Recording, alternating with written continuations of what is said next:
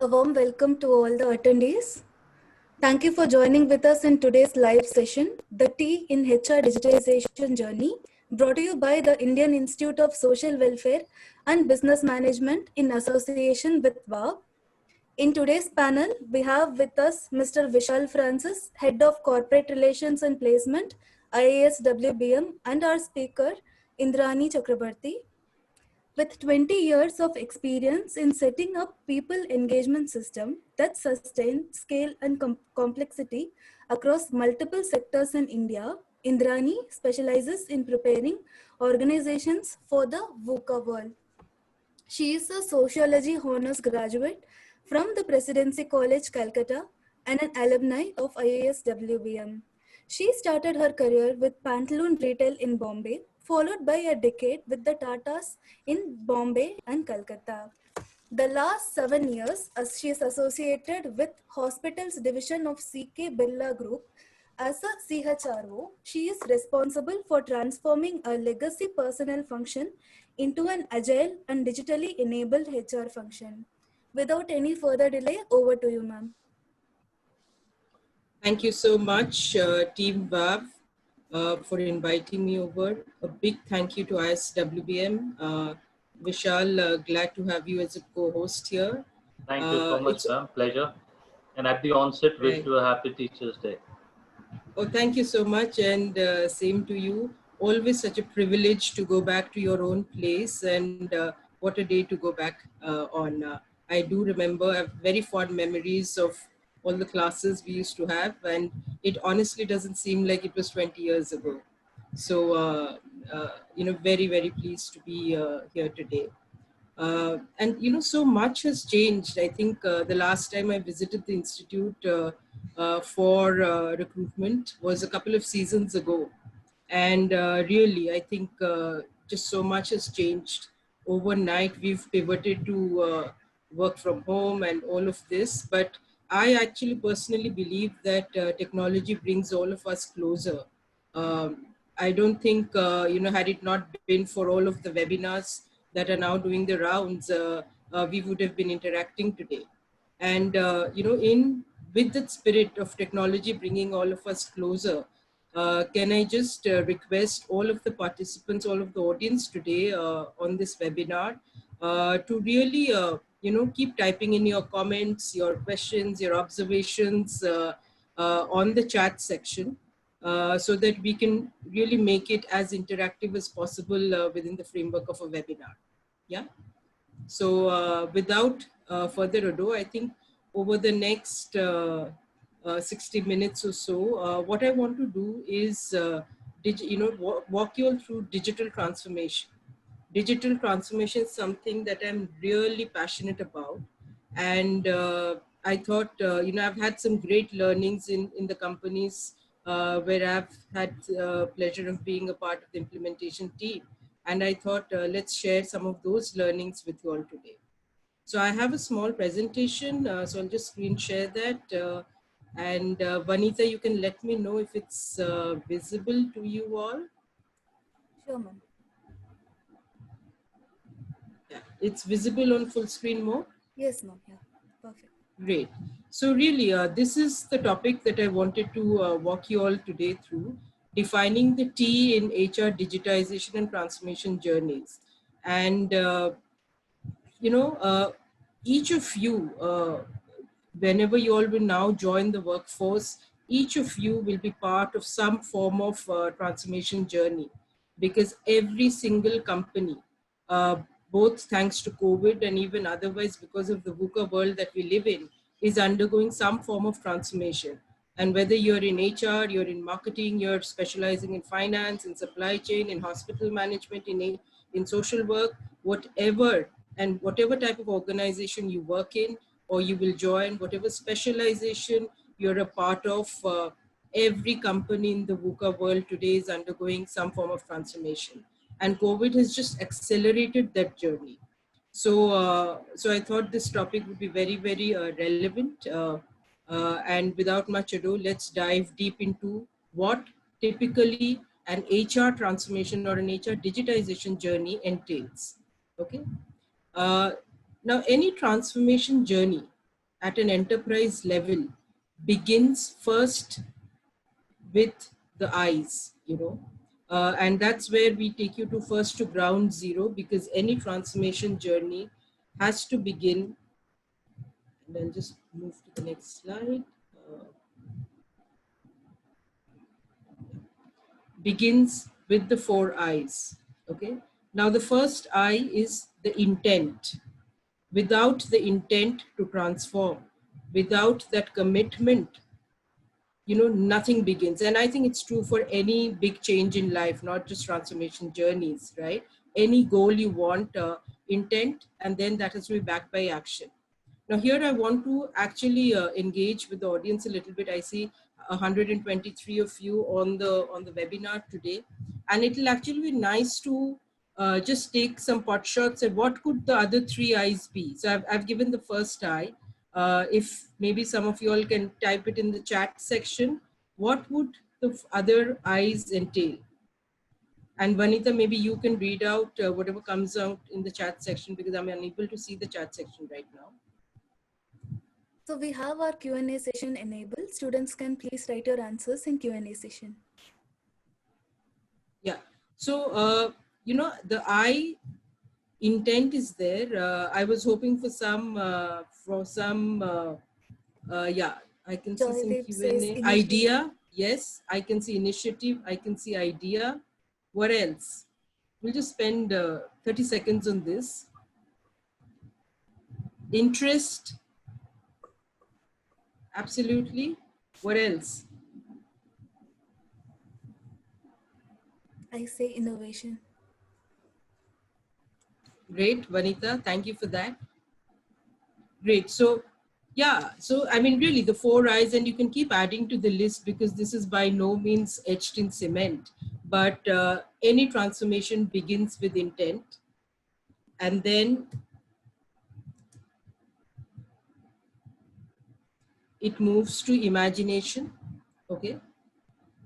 Because without, nobody knows what the future holds, and COVID has just accelerated that. So you got to be a futurist, you got to be able to see around the corners, and you got to be able to visualize what tomorrow and day after tomorrow will look like. You got to have inclusiveness, because any transformation by its very definition is really an enterprise-wide initiative. It is not just one man's idea and three people from his team implementing it. Transformation means when something leads to an overall organization growth, betterment, and improvement by leaps and bounds. You got to involve the entire organization, and that's where inclusiveness comes. And then of course you have implementation. I think in the chat section we saw ideas, we saw innovation. Innovation, I think, is a big one, and thank you for that. And you can really keep adding, but these are some of the eyes, which is, even before you go to the storyboard, you got to start thinking about these things. So intent, imagination, inclusiveness, and implementation was some of my learnings in the implementation that I was a part of. And what weaves all of these four eyes or six eyes or 10 eyes is really a vision of the future of the workplace. Because what you're doing is doing today, where the impact, however, will be felt in the workplace of tomorrow and day after tomorrow. And then you got to identify that pathway from current state to the future state. Okay. And nothing, I think, sums this up better than the next quote. And I really like this quote, so I thought I'll read it out for you all. Every time I read this quote, it gives me goosebumps. For all uncertainty and ambiguity about the future, one thing is clear. The future is digital. The future is technology enabled. The future is nothing we have experienced before. And the future is for the brave. So yes, there will always be a lot of current issues to solve for, and that you want to sort out or streamline. But really, any transformation is for the workplace of tomorrow and day after. And that is where you will have to imagine to your best ability the future, so that whatever you do today is sustainable. It doesn't fall flat because some other variable you've not thought of comes tomorrow. there's something that I read the other day, which again I found very topical. How many of you all actually have heard about the Stockdale paradox? If you've read the famous book by Jim Collins, Good to Great, you may have read about the Stockdale paradox. You can, of course, there are HBR articles on the Stockdale paradox. You can read it at your leisure. But in its most simplest explanation, it's the idea of hoping for the best, but acknowledging and preparing for the worst.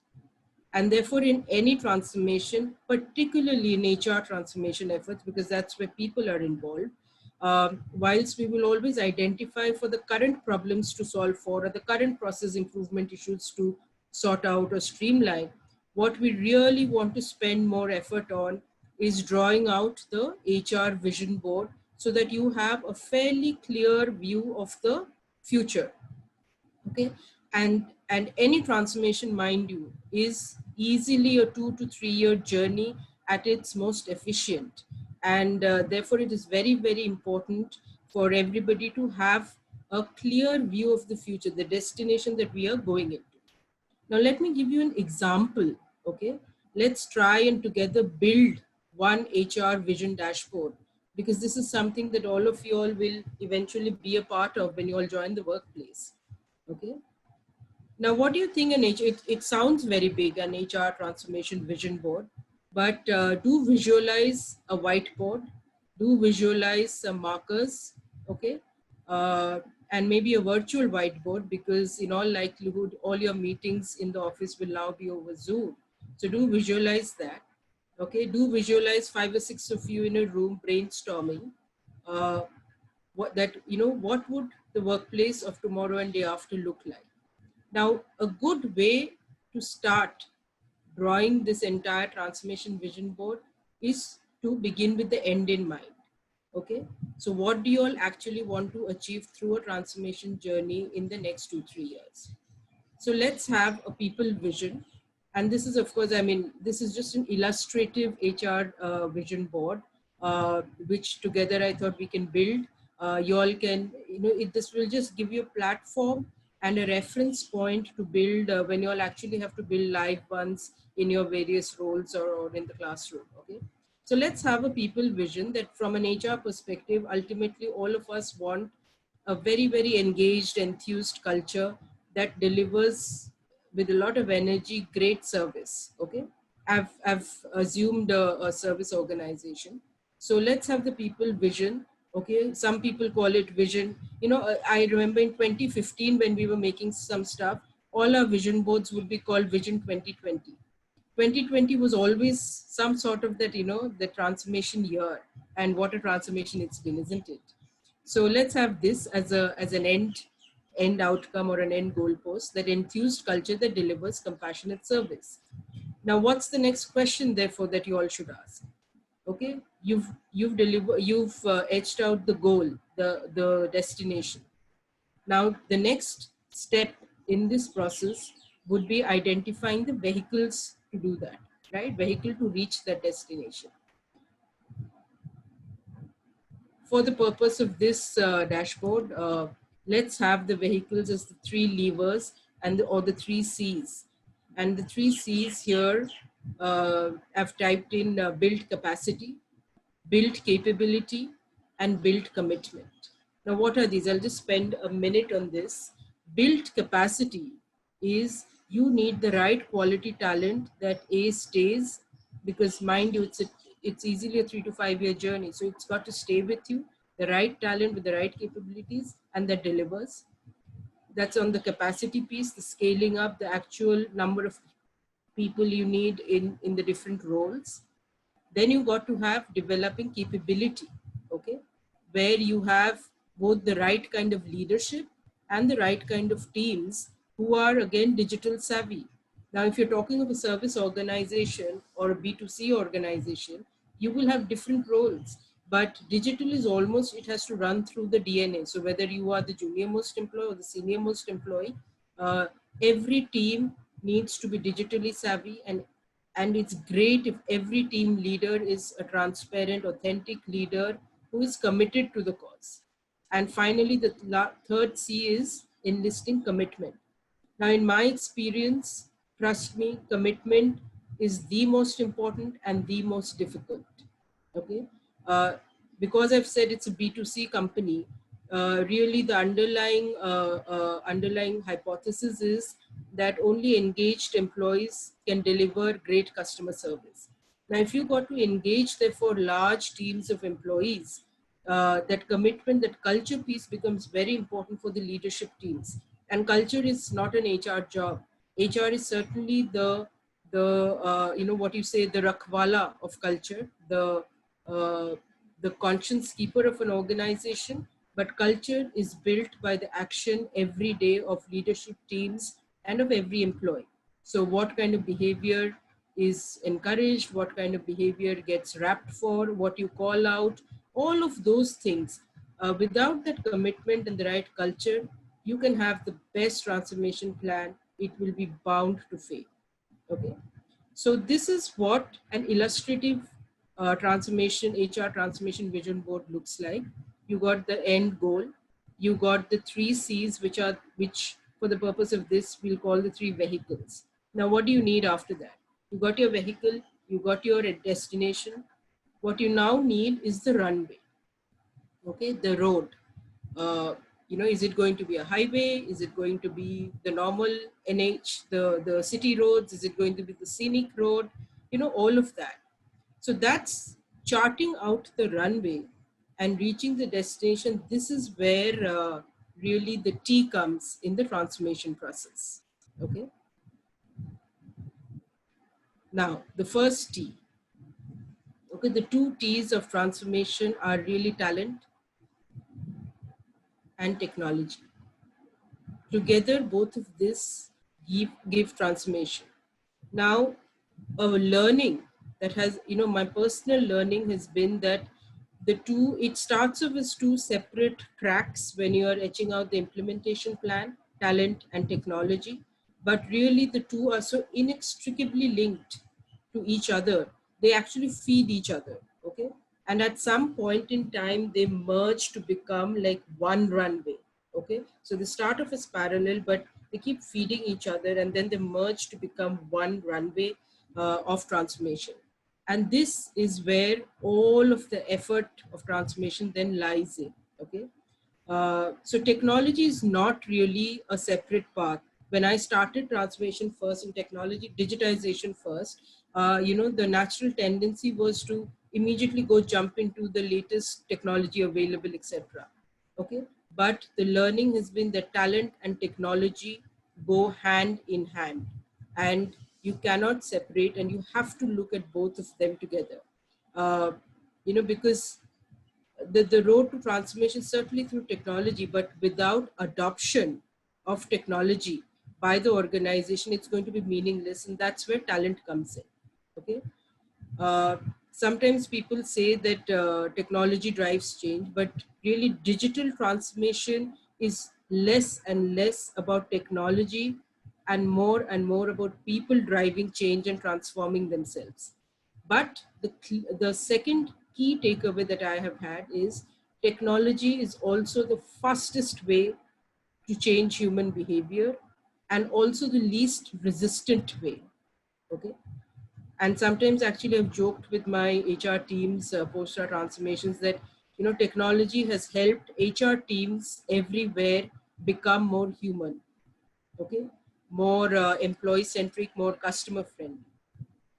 So at this stage, I'm going to just take a pause, take a breather, check if there are any observations in the Q&A section before moving on to the next bit. So we've identified the end goal, which was the people vision of having enthused teams. We identified the 3 C's or the 3 levers or the vehicles.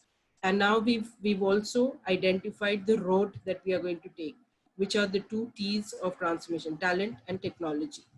Okay. Now begins really the process of humanizing HR processes. And that is what HR transformation, HR digitization is all about. Okay. Now, when we talk of humanizing our HR processes, we have to make that mental shift of treating our employees as we treat our customers. And that's where the design element comes in as far as employee experiences are concerned.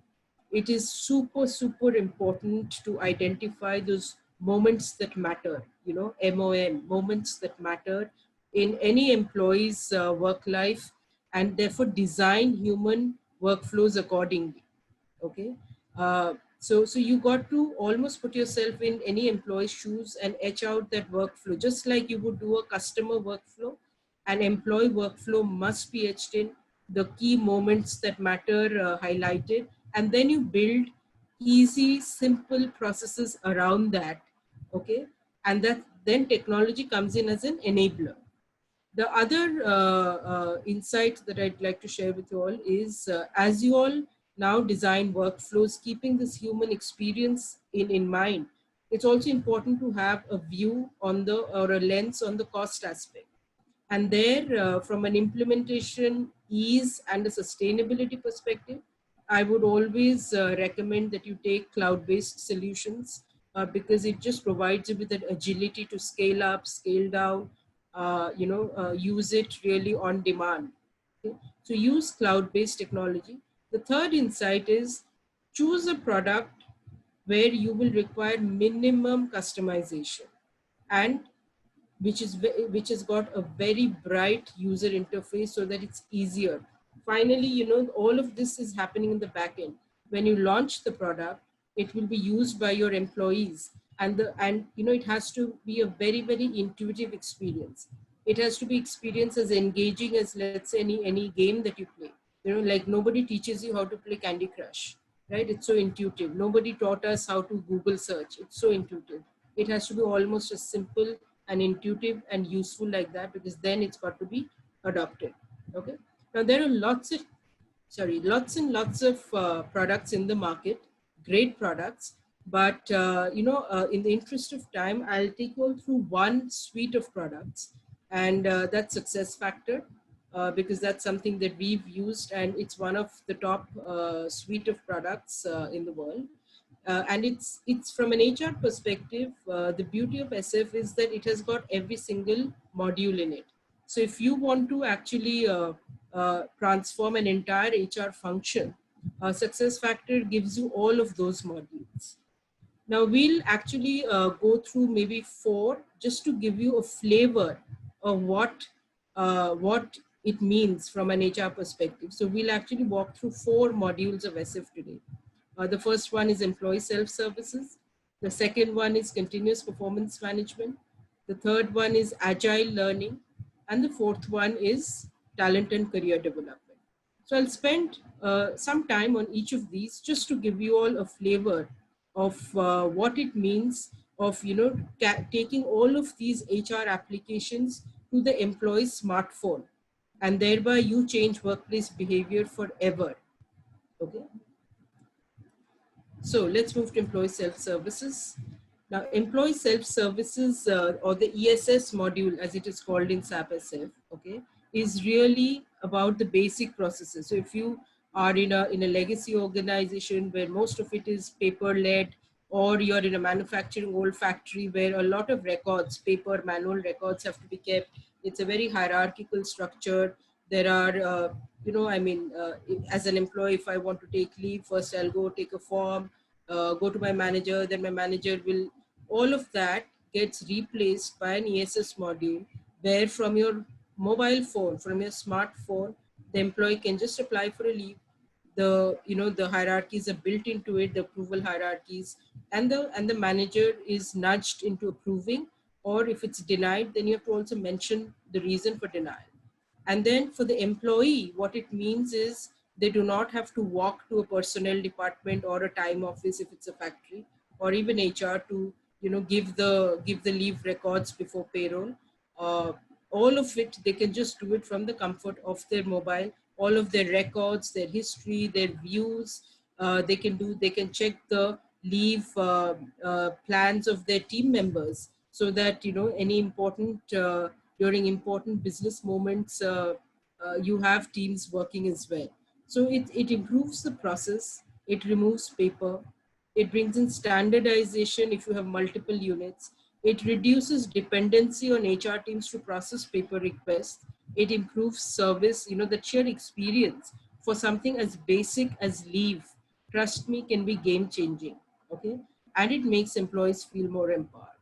So a good way to start off any digitization journey, if the organization has been completely manual before that, is to pick up a process that really matters to the employee. So you could either pick up this, which is ESS, but it is also a complicated module because it has a lot of workflows that you got to design and digitize. Or you could pick up the other thing that employees are always curious about, and that is the appraisals and the ratings and therefore the increments. So that's the other tip that I'd like to share, where, the first thing has to be about a push and then it gets adopted. So that push should either come through something that matters to the employees. So it's either leave or we move to the next module, which is performance management. Now this, a while ago I mentioned that technology is the fastest way to change human behavior, right? uh, I mean, this comes alive in this continuous performance management module. And in my experience, it's a great way to just make the organization far more agile, transparent, process-led, and it almost forces managers to have discussions with their employees and provide them feedback. Okay, so we'll spend some time on this now. I think any HR person, when they join, I think one of the things that keeps any HR person awake at night, any HR leader, is how do I make my business managers more responsive and more accountable to their teams? Okay, how do I ensure that they're providing feedback, that that they are able to set the right goals? Performance management still in a lot of companies is still an HR baby. Now that has to shift from HR being just a program manager, okay? And the responsibility must shift to the business managers. Now this journey of, putting the monkey from the HR person to the business leader's shoulder is really, is a difficult one, is almost what transformation is about as far as behaviors are concerned, leadership behaviors, managerial behaviors, employee behaviors. And that's where this tool comes in very, very handy. So you have a nice looking form where you set goals. The manager and the employee have to agree and sign off, and the sign off processes are very transparent. So now the manager can't say that, hey, I gave you this target and I think you're a great guy, but guess what? HR or my manager thinks you've not performed well. So it's not my rating. Now, all of those conversations, without you doing anything, just gets killed when you implement this, because this is a tool which is really between the employee and the supervisor, and all actions taken by the supervisor, including ratings, calibration, documentation, the feedback, all of that has to be documented on this platform, and it is there for the employee to read the documentation, and the ratings are derived from that appraisal. So if I keep saying good, good, good, good, and then I actually give an employee poor rating, that also gets documented, and therefore it will get highlighted, because after that the workflows are very smartly designed for all of these aberrations to get called out by either by the manager's manager or by the calibration committee, etc. Okay. A story that that I'd like to share here pertaining to this was in one of my companies when we first started implementing this. Our main fear was that, okay, the managers will, it'll be easier to actually train the managers on this, but how are you going to train 2,000 grassroots workers on this? The experience that we had subsequently was, it was life-changing and humbling, because this was such a transparent tool. Okay, the employees actually grabbed it, and intuitively, they could do it on the smartphone. They loved it, that, I could actually do my self-assessment on my smartphone, and then I could also see what feedback my manager was giving. So the employees loved it. It was the managers, some of the managers, who actually resisted the most, because now this was such a transparent process. you had to share that feedback. Now you couldn't again go now and tell the employee that you are great, but you go and tell HR or the manager that, hey, I don't think that guy is great. Now all of those behavior, and unfortunately those behavior traits are very real in a lot of organizations. Okay, those at a middle management level got completely forcefully almost stopped. So we actually had to train managers much more, and we had to give them the psychological safety that this is a tool that will help you improve performance of your teams. Okay, so use it. This is not a HR policing tool or an organization policing tool. But if you keep adding, sharing feedback, sharing it on time, you will see employees, they say, right, feedback is the breakfast of champions. You're going to have more champions in your team. Similarly, for the employees, we also introduced nice touches or nudges, as you call it, so there's something called performance notes. So imagine, a yellow post-it note actually. A virtual version of that is a performance note, where an employee, let's say I've done a project outside my goal sheet, and I just want to have feedback from someone who may not even be my direct reporting manager. So a performance note helps me to get quickly some feedback on a specific project online. Okay, and it keeps the dialogue going, so the employees also get enthused and get more feedback.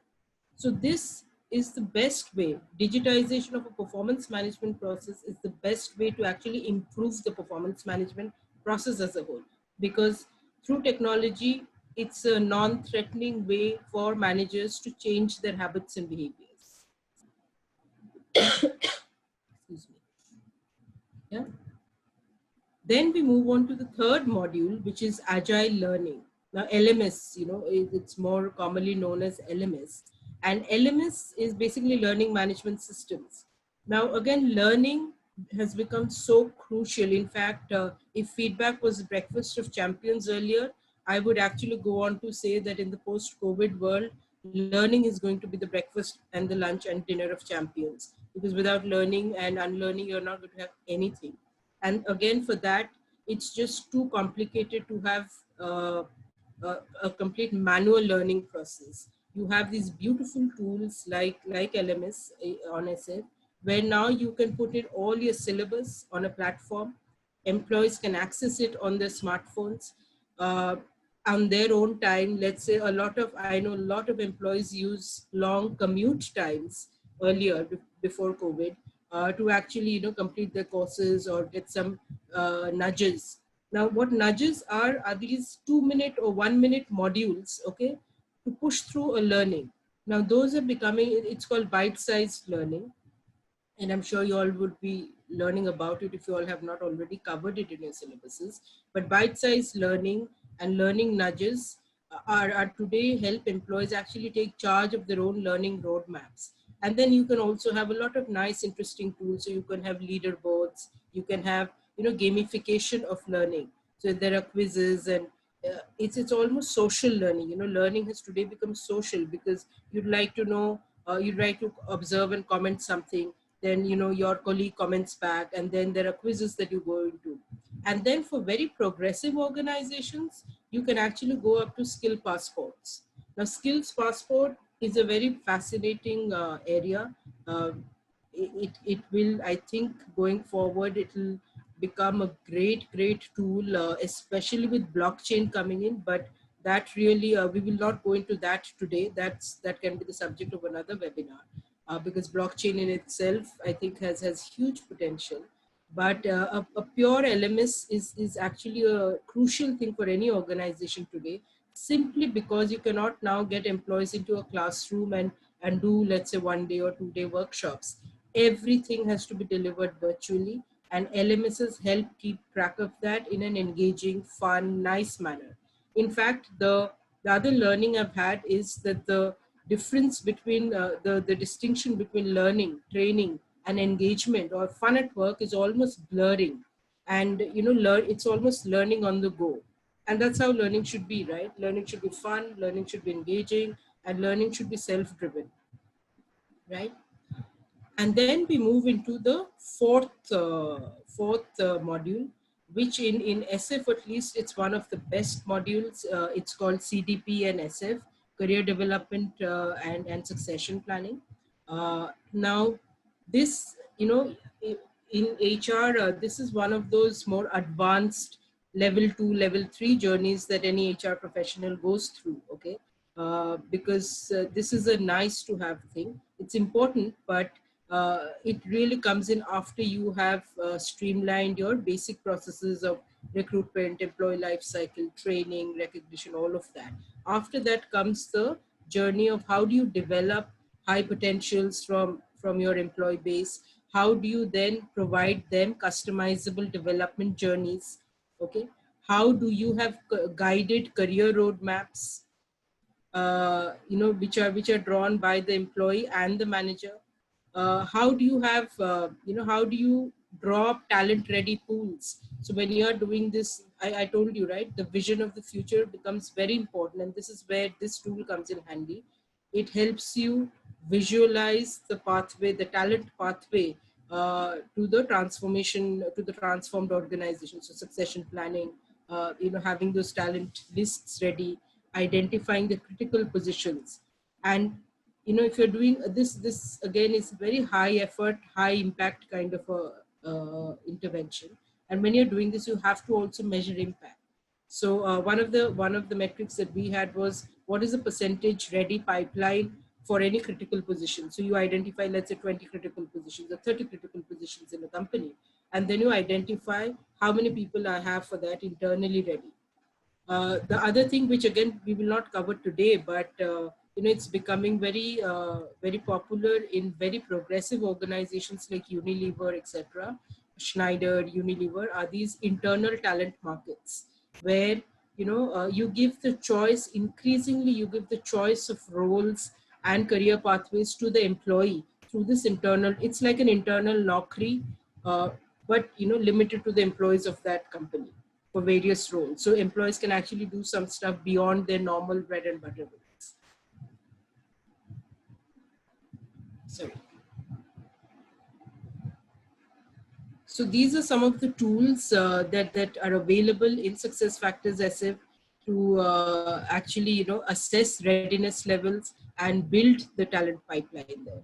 So you have career pathing, you have talent pools, you have the 9-box, you have the development roadmaps. And these are great things for students to actually just read up about, whether as part of the syllabus or even otherwise, because these are really what organizations today are looking for in their HR talent as well.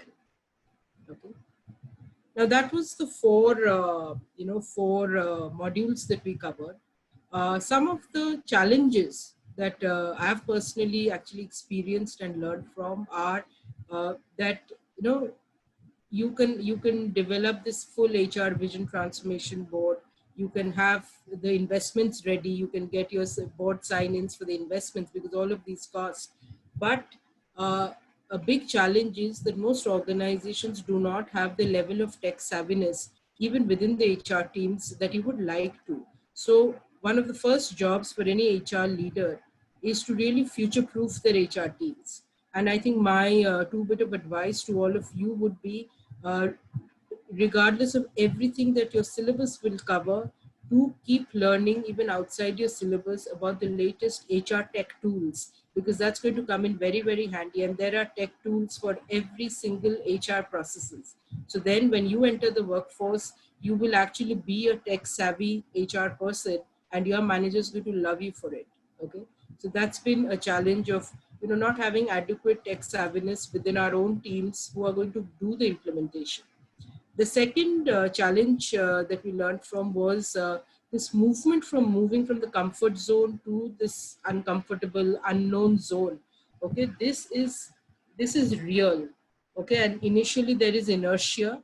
Okay, but this fear is real, and you will have to therefore address this fear, provide the psychological safety. Only then will the big stone start moving. And without that, you are not going to have the momentum.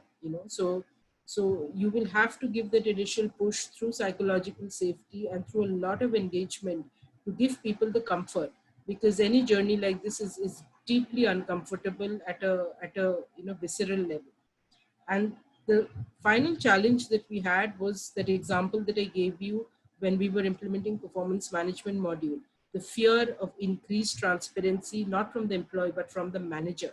Very counterintuitive, but that was actually there. And so that also had to get addressed. You could not just overlook that, because then those people would ensure that your process was not successful. So all of these are real learnings. And these are just indicative. I'm sure there are other learnings from other HR practitioners, but these are some of my e-learnings which I thought I'll put out there.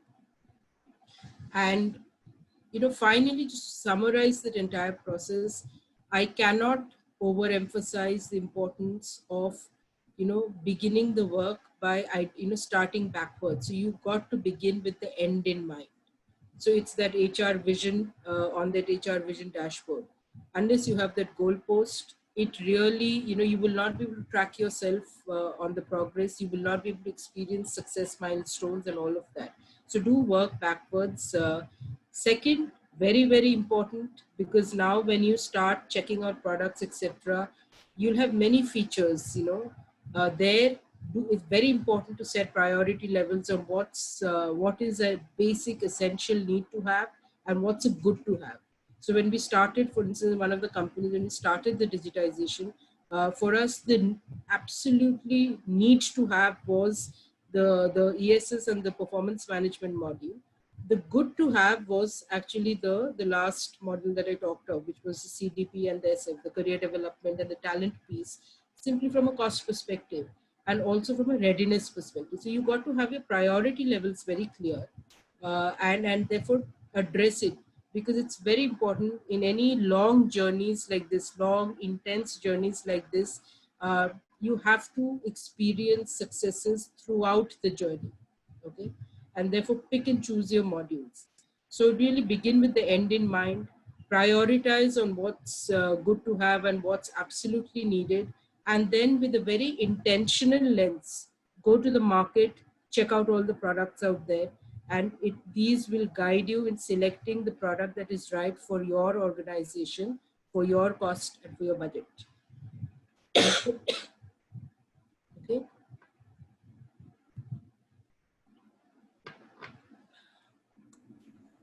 So that was really what I really wanted to share from a presentation perspective before we get on to the Q&A. And in a nutshell, this is a transformation journey enabled very clearly by talent and technology, the two T's.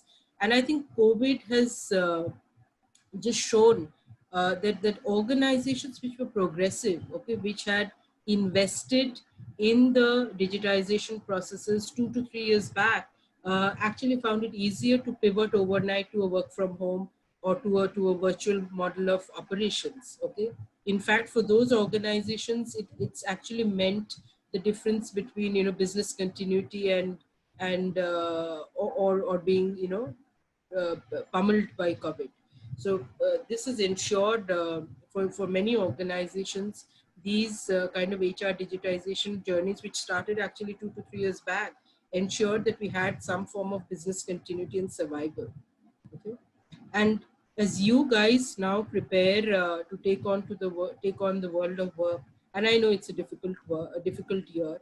I think I will just encourage you all to always remember that Stockdale paradox.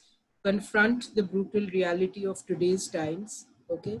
But never, never lose that irresistible optimism that really defines your generation and actually inspires people like us and even people who are more senior, okay? Keep learning, because that's the only way. Keep hunting out opportunities, whether it's an internship, it's a webinar, it's a book, it's a little course. There's so many online courses available now, but keep that optimism and keep learning and just explore all the possibilities that talent and technology have to offer. I think I'd like to leave you with one concluding message, and this is a quote that really inspires me.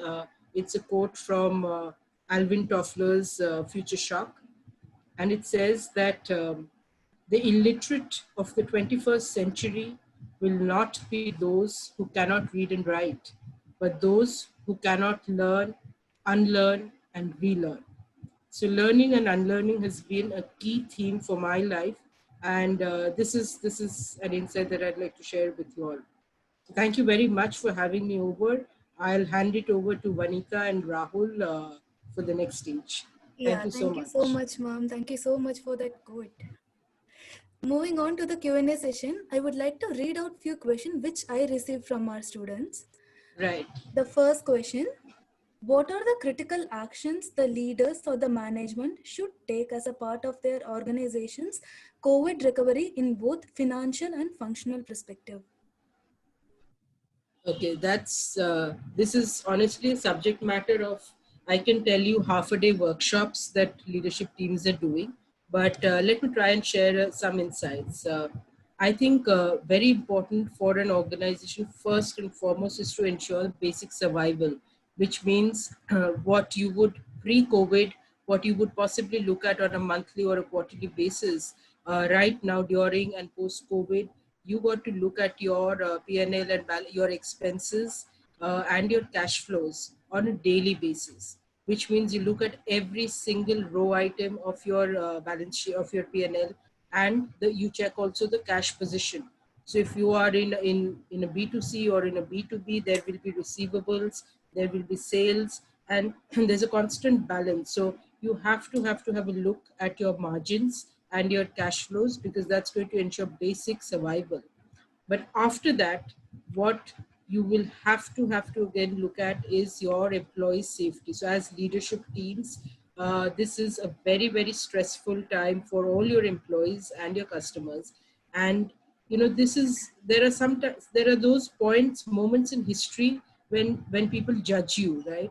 This is one of those points in history where the leadership behavior now will get judged and will get reflected by the employee long after this shock moves away of COVID. So it's very important to continuously check in on your employees, their safety, ensure staff safety, ensure if they're working from home, then all of those multiple priorities today that an employee is actually facing. Because suddenly you have, let's say for working parents, you have both parents working from home and also their children's school, because parents have today become the teachers, right, through online school, online classes and all that. So as companies, as managers, we have to be cognizant of that there are multiple priorities even on my employees. So the need for flexibility, so I must offer them flexibility. I must ensure staff safety, not just blindly go by rules and say, okay, everybody needs to come in on all the days. You have these staggered approaches, you have these take by turns, if you are in an industry which cannot operate from work from home. So you got to have that. The third bit is, this is the time again to provide psychological safety to your employees. So you can't, I mean, if you happen to be in an industry which is seeing absolutely negative growth, that's different. But if you are in a regular industry which is just facing a downfall, then this is not really the time to blind performance-led exits, etc. Because you have a social and a community responsibility as well.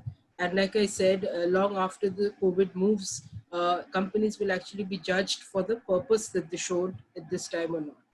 From a functional perspective or a business perspective, I think the priorities will be very different for companies in various industries.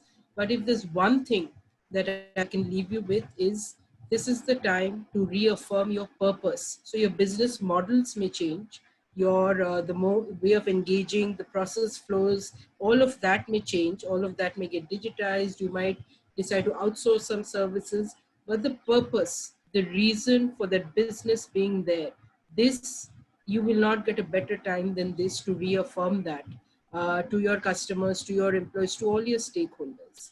So these are some of my learnings. I don't know if I've answered the question, but happy to take on.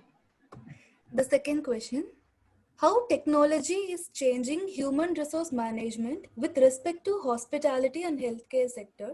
What are the advantages and disadvantages?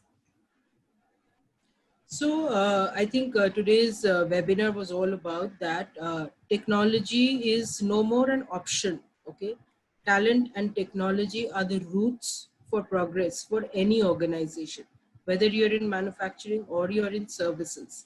Within services, whether you're in healthcare or in hospitality or in, let's say, retail, technology is no more a good to have thing.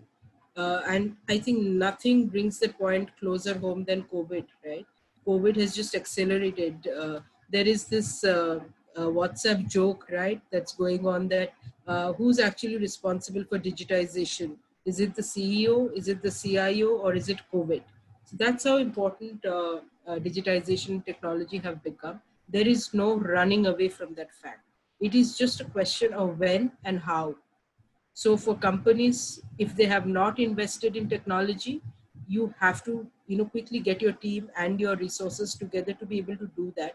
And the range of technology is so much. It really, you don't adopt technology for the sake of digitization, like I said, right? It has to be an enabler to your larger enterprise vision and your purpose. So you have to therefore begin with the brass tacks. You have to go take a pen and a paper or a whiteboard, and you have to identify the processes that can get smarter and better. You have to relook at a business model that can I now deliver to my customer in a virtual manner, and then work backwards. So begin with the end in mind. Remember that message that I kept harping on. That becomes very important in this technology piece. And then all the front end processes that impact the customer. So if you are in hospitality, for instance, all your processes, let's say if you're in a hotel, your check-in, your check-out, the way you order food. If you're in healthcare, your admissions, your discharges, your billing, your diagnostic reports, all of the processes where there is an interface between the customer and the organization. Today, technology has the power to virtualize that and bring therefore both stakeholders closer while making it safe for both stakeholders. So there is no running away from technology. It is a question of when and how.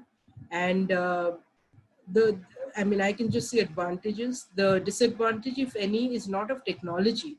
The disadvantage can be of maybe an implementation gone wrong, or an implementation that was not thought through thoroughly. So there can be implementation failures and learnings thereof.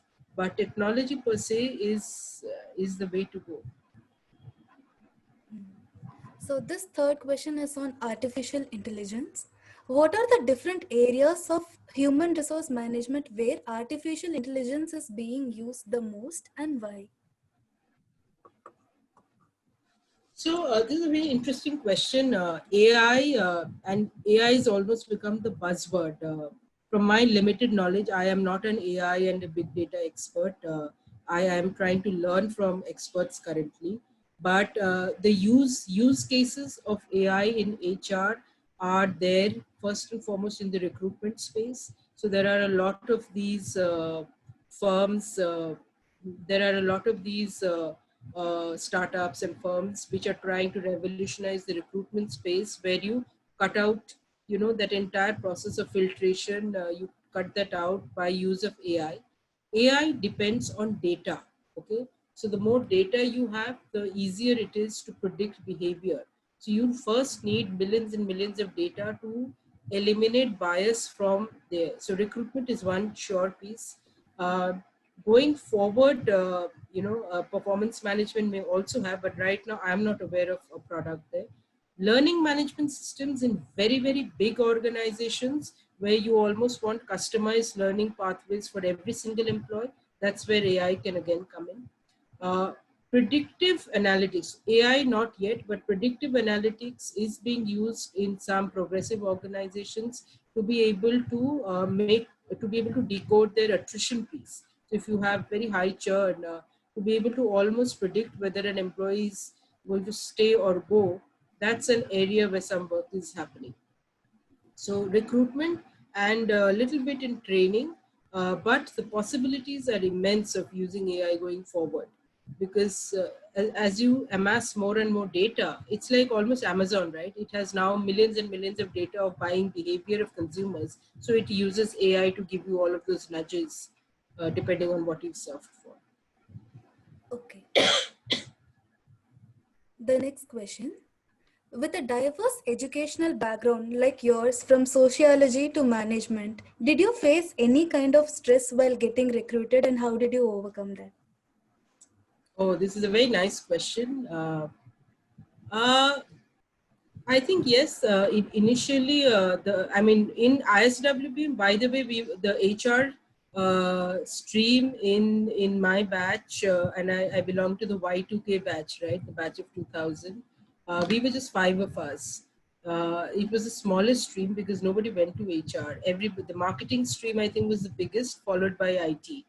But uh, I mean, for me personally, I have always found it fairly, advantageous. I think my sociology background, and those were really the only 3 years after school, that I really enjoyed studying because of the subject. And today I'm so glad that I went in for liberal arts, which at that time was not really looked down. Was not really held in very high esteem. But that was a subject that I'd got through, and I got through at my favorite college. I really wanted to study in presidency, and that's how I took up sociology. And those 3 years were life changing. From liberal arts gives you a different way of thinking, a divergent way of thinking. It helps you today. Today, it helps me make sense of a lot of these behaviors, etc., that are becoming more and more important. And I would like to believe that it always gave me an edge over, let's say, regular engineer MBA combinations, only because it gave me a different way of thinking. Having said that, I think engineering also gives you a lot of structure.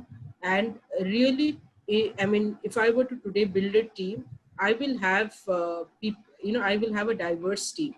I will have an engineer, I will have a liberal arts person, I will have a science person, because it is the collective wisdom of all of those three different types of brains that go into making great business decisions.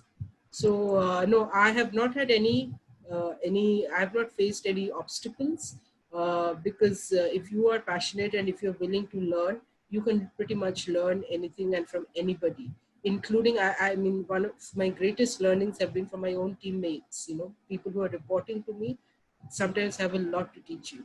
So those have been my learnings, but I would always go for diverse teams. So true. This one is from Devdev Chakrabarti. So his question is, how can we imbibe commitment in the organization? How can technology help us in organizational commitment? We have seen instances of defection in corporates as well as in politics. This is a good question. I think I will, steer clear of defection in politics. That's not my subject. I have not seen defection in corporates, but yeah, talking of commitment, like I mentioned, technology is one of the fastest ways to change human behavior for the better. Now, let's say you join an organization and you want to either put in place a performance management process, or you want to change the existing performance management process. Now, if you try and do that just manually through sessions, you can keep doing endless meetings and endless sessions. You will never be able to check the efficacy of that process change. But when you do it through the route of a technology tool, okay, like SF or any other tool, then the attention of the audience, whether it's the manager or the employees, moves on to the tool and to the different features, and there's an element of interest and excitement and a novelty factor, and then you kind of get hooked onto it, like onto your smartphone, and then you start seeing how convenient and how transparent the process can become. And then it's a two-way process. Okay, technology just being an enabler. So technology, I think, is critical as an enabler to change human behavior, but you got to have also the right talent there. Technology without the right talent or the right leadership will not change human behavior. This question is from Joydeep Mandal. How will a digital activity center look like? Sorry, can you repeat the question, please? How will a digital activity center look like? Okay. So I just want to ensure I got the question correct. I'm assuming a digital activity center. By a digital activity center, you mean the digital implementation team during a digitization process, or the what team, right?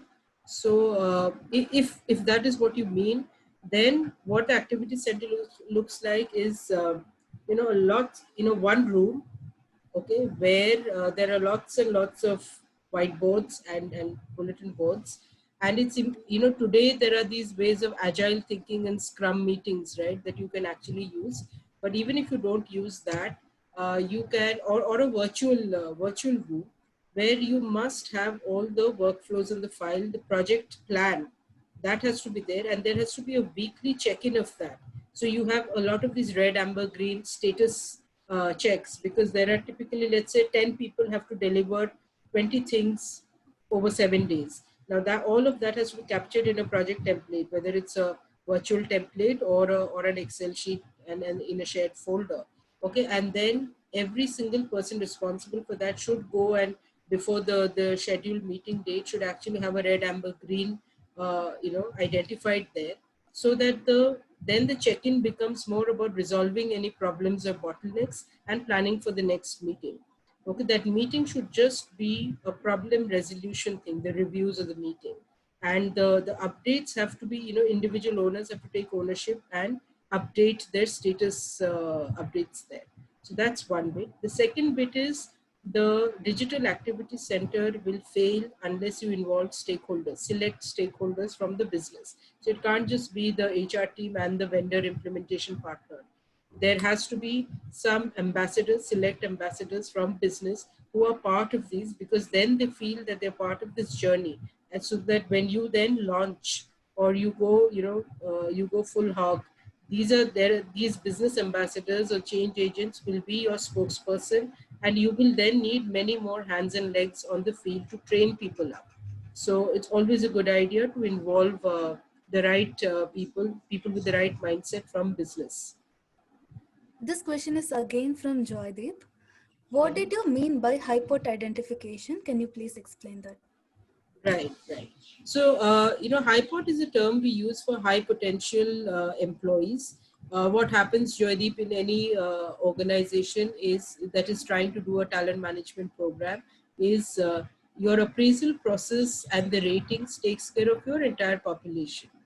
Out of that, you will have your 10 or 20% of really talented, scalable, capable guys who have been identified as people that the organization wants to invest in, or people who can either take up larger roles or can be part of any crack project teams. Now you want those people to be slightly differently rewarded, but more importantly to stay with your organization, so that you can leverage their skill sets when it's required, right? So they have to be, they're almost like special customers. So when you walk into a Shoppers Stop or a West Side, right, you have these loyalty program counters separate, which treat those employees, which treat those customers a little differently. So think of it that way.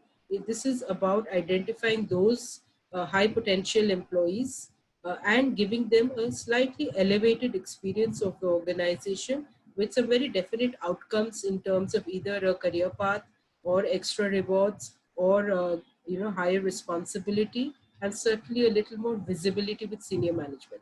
Now, for you to be able to do that, you need a full program. So that loyalty program, that is normally called as HighPot or high potential programs in different companies. Okay. This last question is from Aritra Chakrabarti.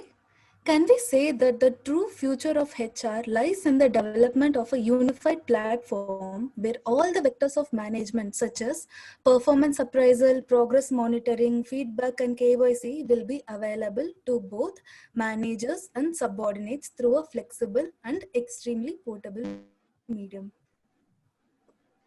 Good observation, Arithro. So it's not the future of HR. It's actually happening as we speak, right? And it's been there for some time. Most companies today, I mean, very few companies will have a manual performance management process.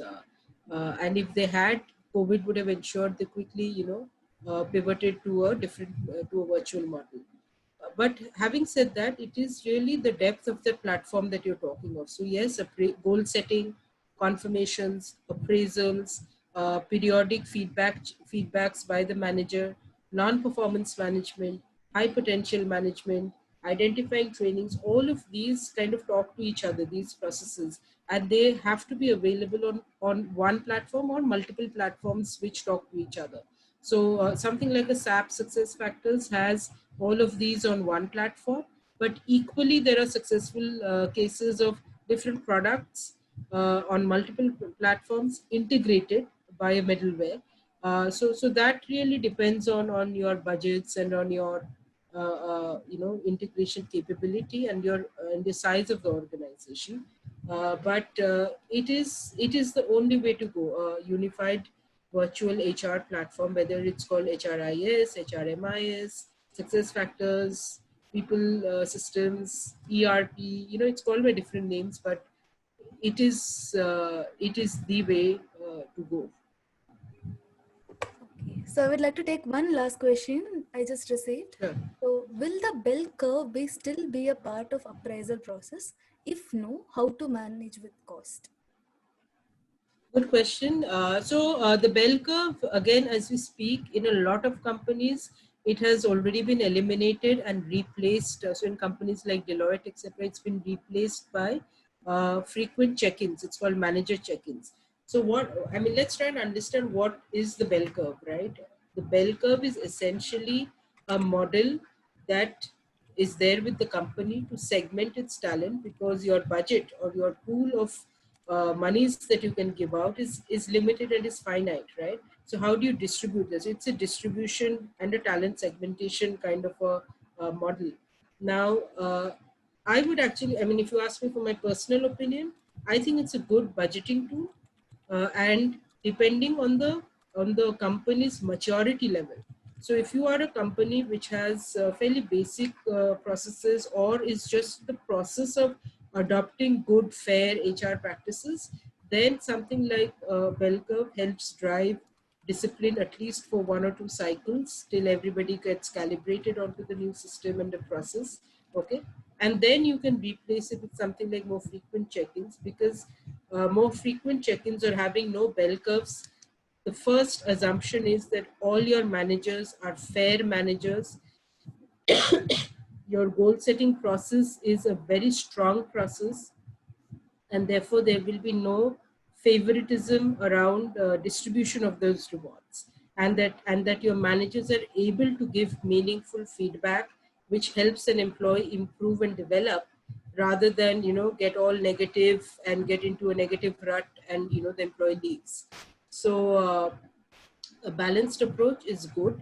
So you have to take every company on a case-to-case basis. If the company is new to progressive HR practices, I would actually suggest 1 or 2 cycles of a bell curve for discipline to seep in, and then you can replace that with frequent feedbacks and a more empowered way of distribution of rewards by the managers themselves. But that requires very, very transparent and mature leadership. Okay. So I hope we covered all our open questions. Over to Vishal sir.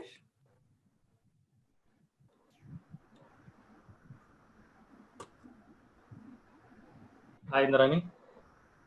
Hi, Vishal. Hi.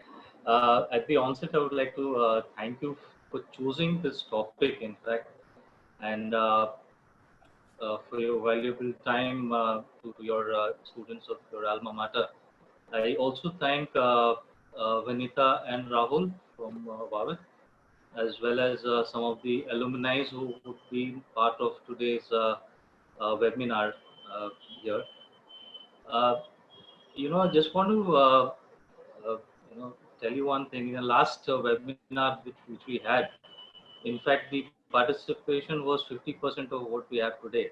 Now, I really don't know whether it was due to this particular topic of discussion or the PUBG ban. That's I think it's the PUBG ban, but yeah, good. I no, it's really, that's why thank you for choosing this topic. In fact, and in the entire frame of the presentation, one thing which was stuck throughout and which I observed as a visual narrative was the two pictures which were common in your slides. there was one in black and white where one person was typing and you had the picture of your employees. So I guess that gives a digital, narrative or visual narrative of the term digital transformation, which is the thing of the hour at this point of time. And obviously, not to forget the Stockdale paradox, which you mentioned, holds pretty true during the COVID-19 times, and for organizations to grow and build up their team in due course of time. So I once again thank you for organizing and having the participating in this webinar for the students, and it would be really a good learning and experience for the future managers, I guess. Thank you so much, Vishal. And I think the pleasure and the honor was entirely mine. If I've been able to distill some of my learnings and experiences to your 127 attendees today, I think it would have been an afternoon It was well spent. 145, I guess. 145. It would have been an afternoon very well spent for me, and I've deeply enjoyed the show and the questions. I must compliment your students on the quality of the questions, because, like I keep telling my teams also, it is the quality of questions that finally elevate the level of thinking and the decision making in all organizations. So compliments to you, Vishal, for organizing this in such a professional manner with the help of Team VAV, and I've really enjoyed the experience. Thank you so much. Thank you. Thank you. Stay safe. Thank you. Stay safe, all of you. Stay curious and stay safe. Thanks. With your permission, I would like to end today's session. Have a happy weekend. Thanks.